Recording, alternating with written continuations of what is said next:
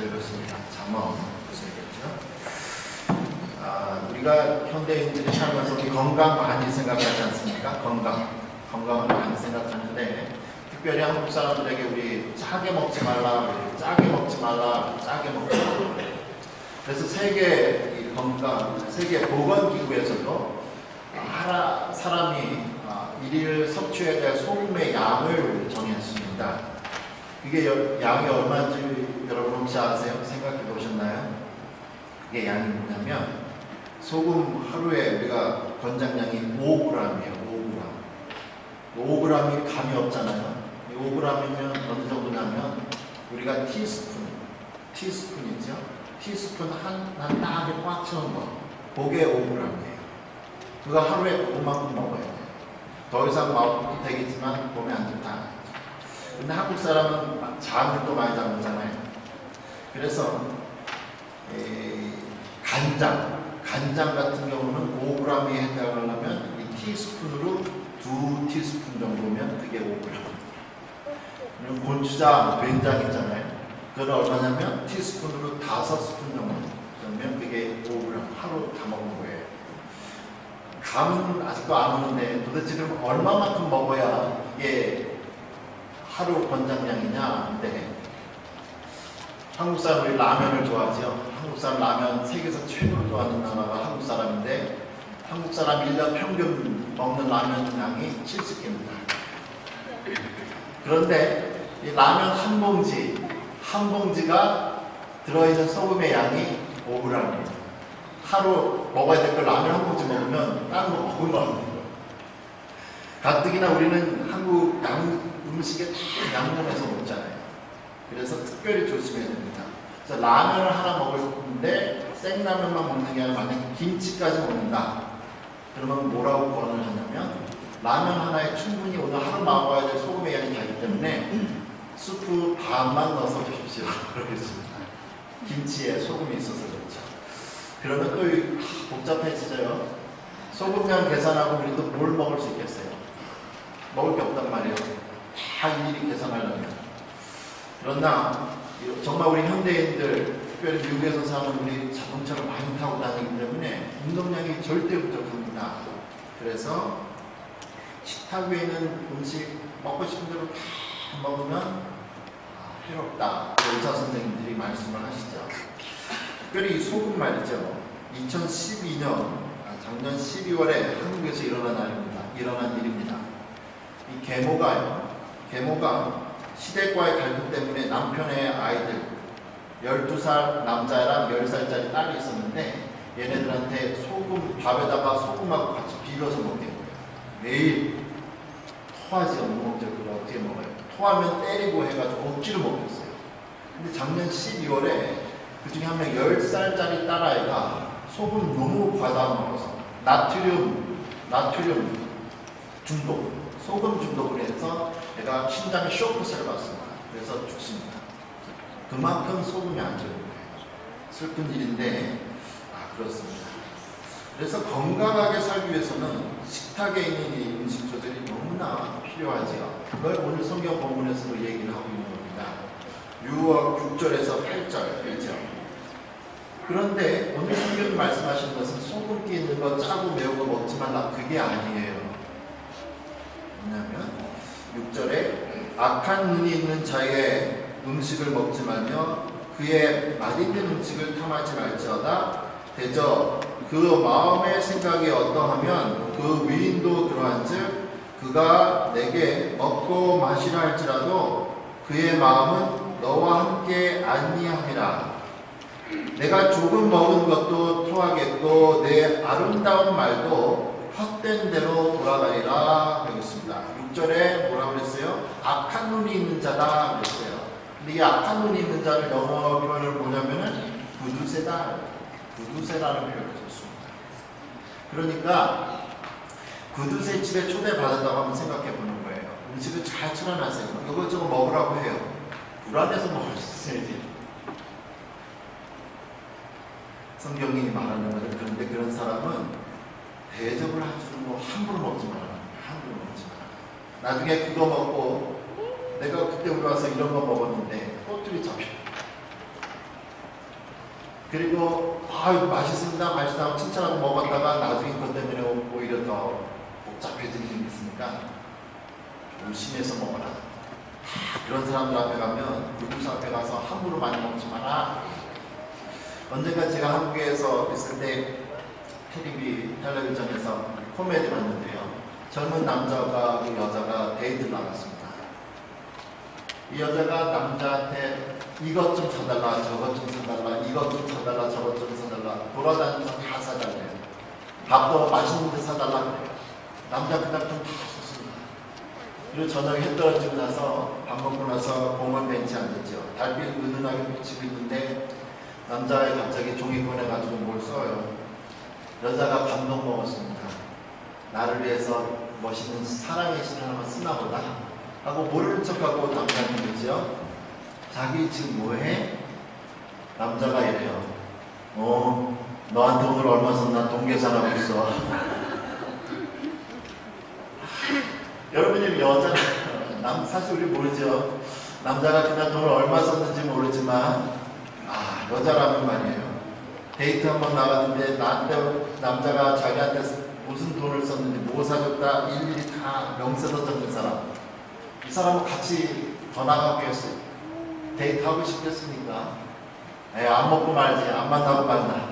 그런 생각 할 수도 있겠지요. 근검 절약하는 것하고 구두쇠는 완전히 틀립니다. 그죠?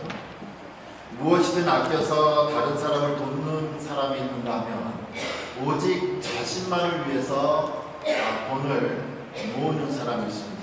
보기에는 다 똑같잖아요. 아끼니까. 그런데 그 마음의 동기가 틀리다. 마음의 동기가. 그래서 오늘 본문에서 7절에 이 구두쇠, 악한 눈 있는 자를 뭐라고 표현했냐면 대저 그 마음의 생각이 어떠하면 그 위도 그러나.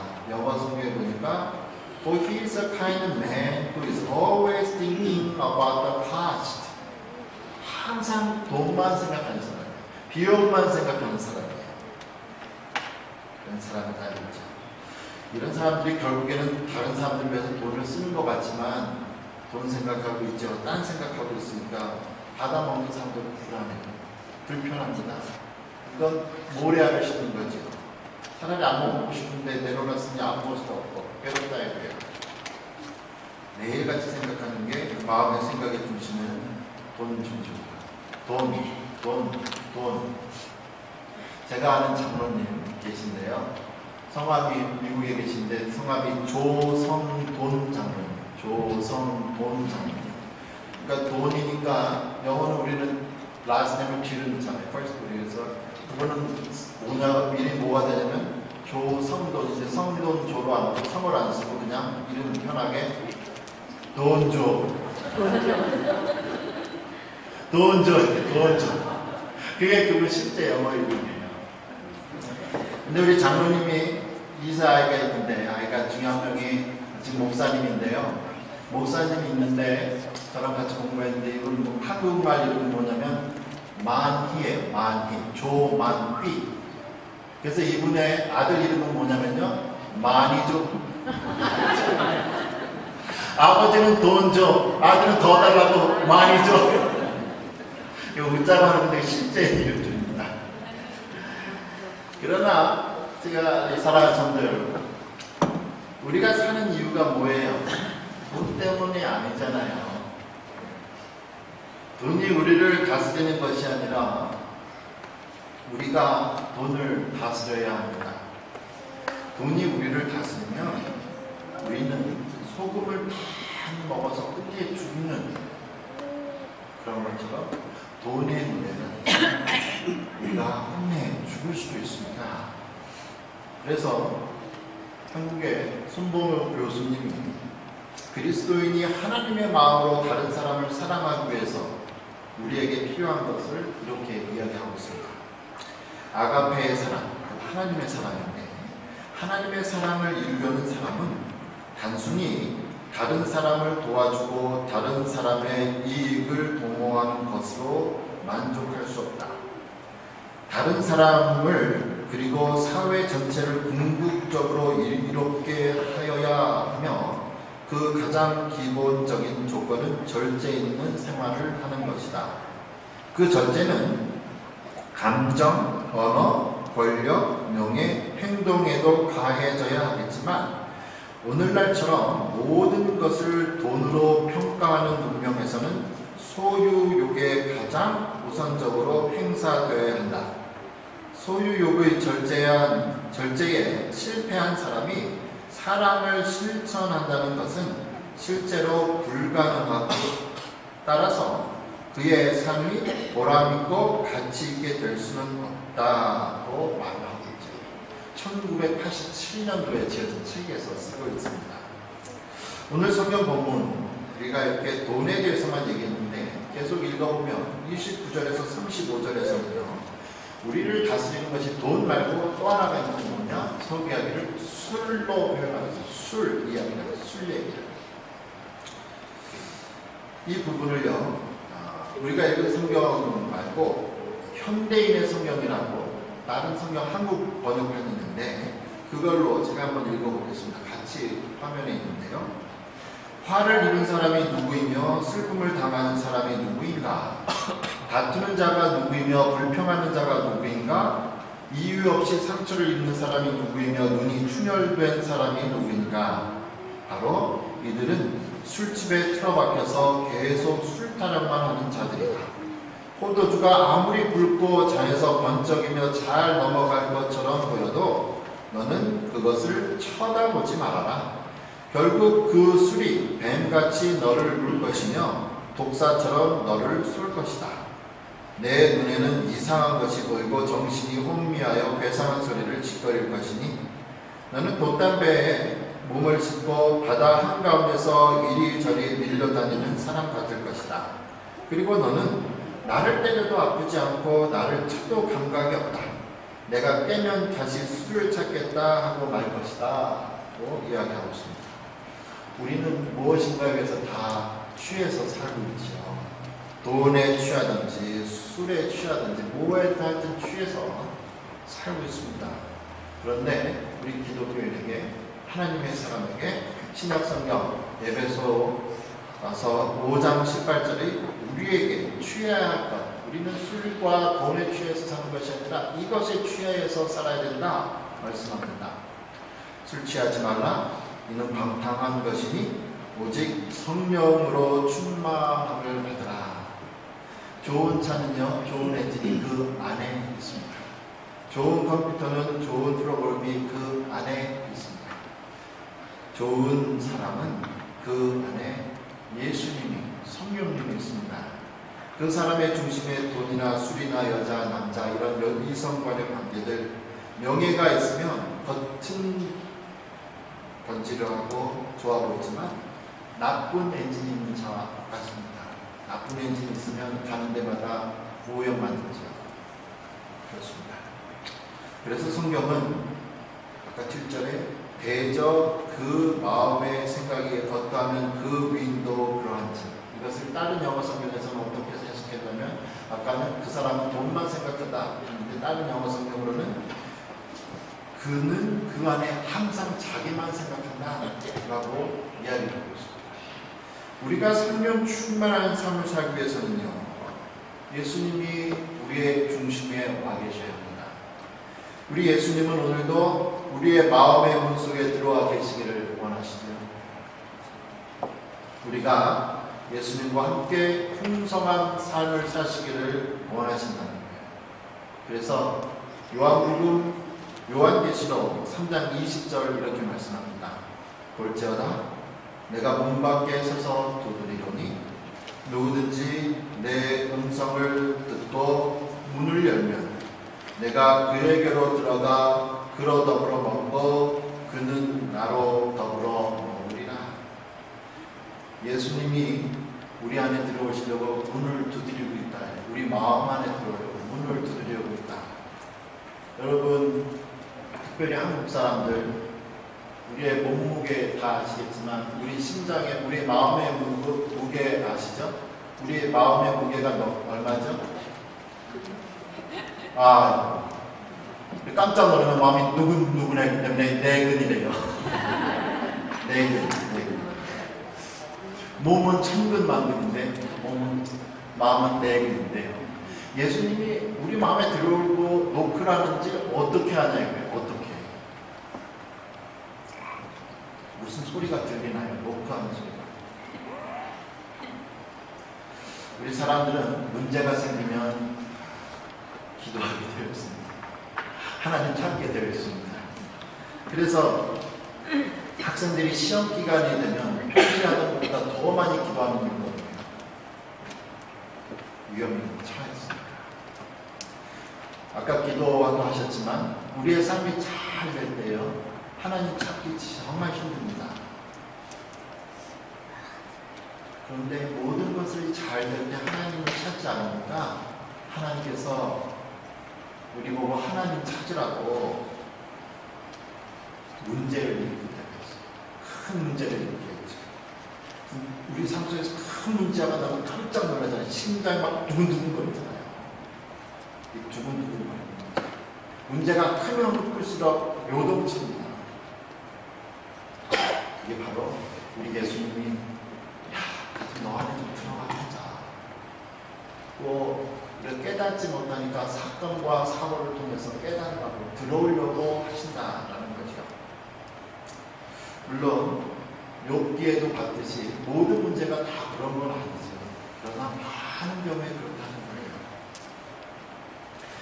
그래서 LA에 계시는 릭 워렌이라는 목사님이 그의 책 목적이 이끄는 교회, 우리 지금 운영위원회에서 같이 읽는 책인데 거기에서 이렇게 말씀하고 있습니다.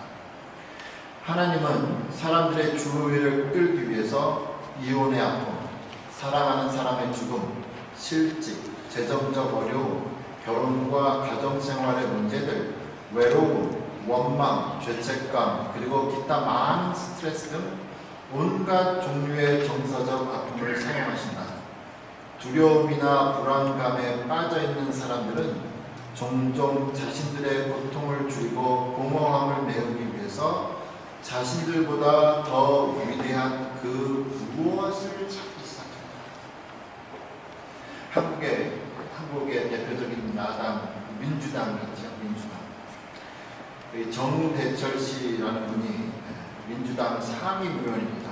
지금 이분이 69세인데 얼마 전에 시애틀에 와서 감증 투표했습니다. 그분이 하신 말씀은, 그분의 아버지는 누구시냐면 민주당이 60년 역사를 가지고 있는데 처음 만들어질 때 3파 역할을 해서 중요한 역할을 했던 정일형 박사라는 분입니다. 정일형 박사님, 목사님이기도 했습니다. 근데 아들은 아버지랑 다른 삶, 그래서 정치인으로 성공하면서 계속 살죠.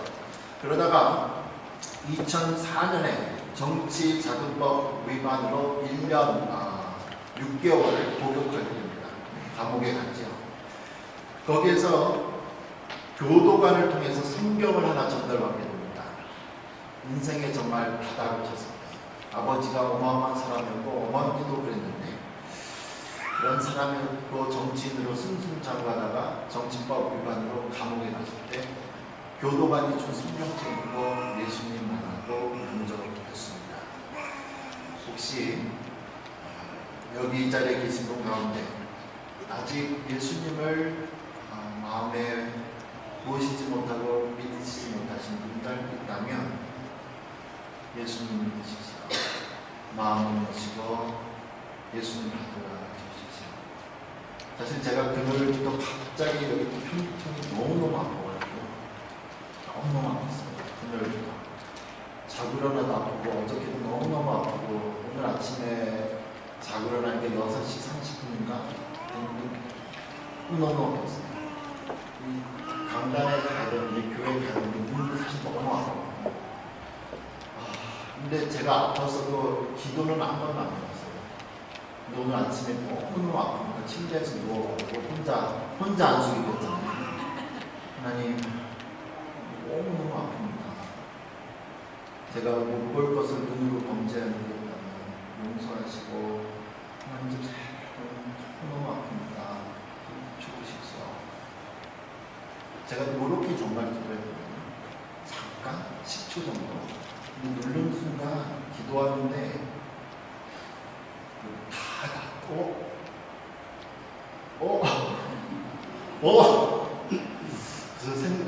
생각했죠. 신유의 은사가 있나.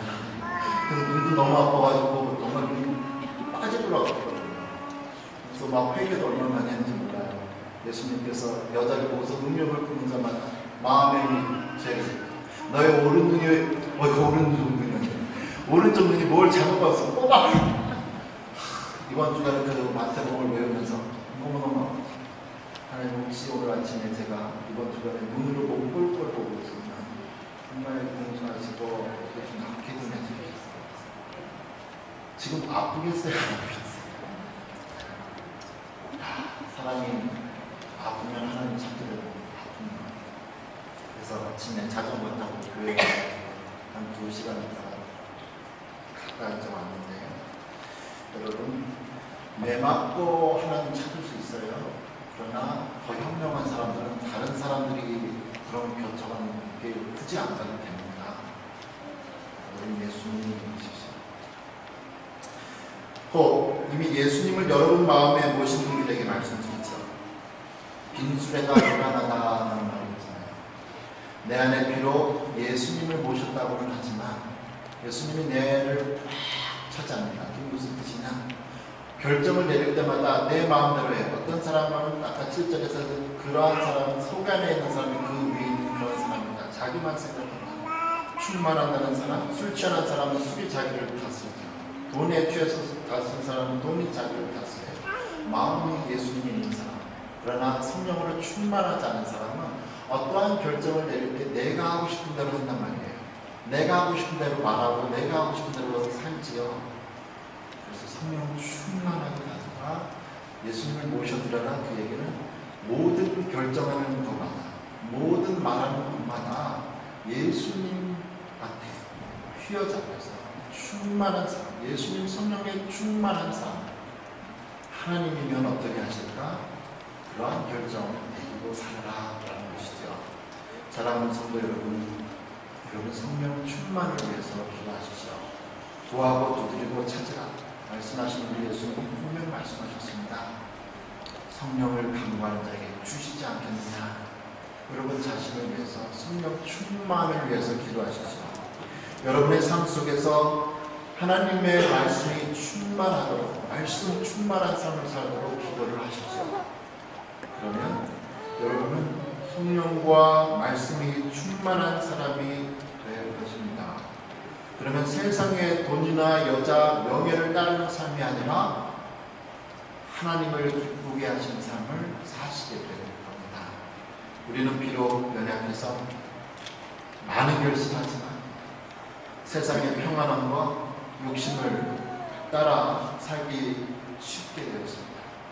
그걸 아시는 하나님께 간구하시지. 하나님 나를 연약합니다. 말하는 것마다, 생각하는 것마다, 행동하는 것마다 성령님께 이끌려 가기 원합니다. 도와주십시오. 간구하시면 성령의 충만을 우리 사랑하는 하나님께서 여러분에게 주실 줄 믿습니다. 기도하죠. 우리에게 성령님을 주신 하나님께 영광을 돌립니다. 우리가 이 세상의 재미와 가치관으로 꽉 찬 인생이 아니라 하나님의 가치관으로 꽉 찬 성령 충만한 삶을 살도록 은혜를 내려 주십시오. 예수님 이름으로 기도합니다. 아멘.